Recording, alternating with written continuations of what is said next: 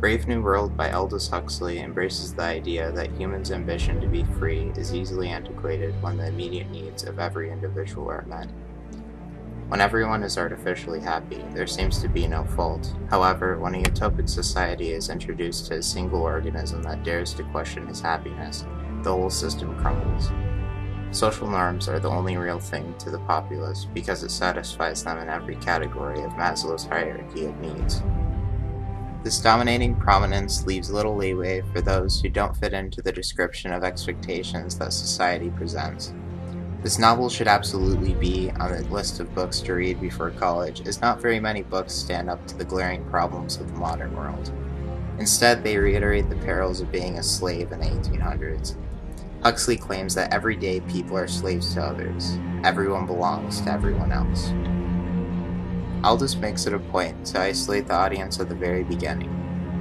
His foreign tone creates a sense of being an outsider to the usual hustle and bustle of future London. What with the cloning and meticulous nature of the director of the facility, his people rage with enthusiasm at what is happening in the way of technology. His style does not pander or even explain how embryonic science functions. This later transforms into the varied structure in sentences, including rapidly paced phrases that seem to pile onto each other to provide overwhelming suspense.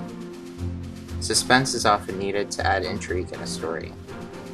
The motif of crimson and twilight combine to describe the harsh nature of constantly trying to appease others and juggle social responsibilities.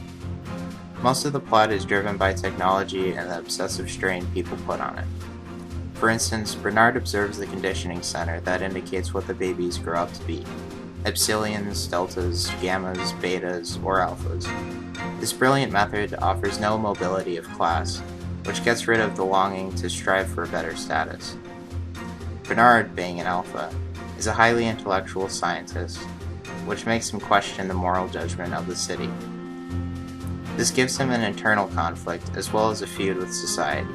The fluctuating conflict contributes to the theme of safety versus freedom, as he hates the way he is treated, as a statistic rather than a human. He tries to express his opinion to Lenina, a beta he is dating, but she does not believe her ears while she is disgusted by his implications to rebel. She is supplied a dose of soma, as well as the rest of the citizens, which is a drug that makes people feel distracted from any problem they face. Helmholtz Watson seems to be the only person that truly respects Bernard's outlandish notions.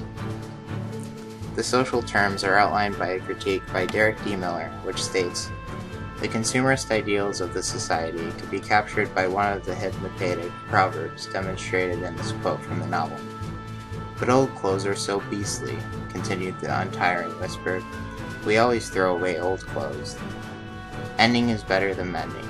Ending is better than mending. Ending is better than mending." Huxley 54. This develops the ideal that everyone within the city is exposed to brainwashing. Now, this seems to be a very strange concept, but it is a very familiar feeling, for America, and even London, follow the same basic guideline of dictating how people act with a constant barrage of expectations. This is an essential ingredient for high school students, as they must learn what world they are going into before college. A world in which anything stimulating is rejected.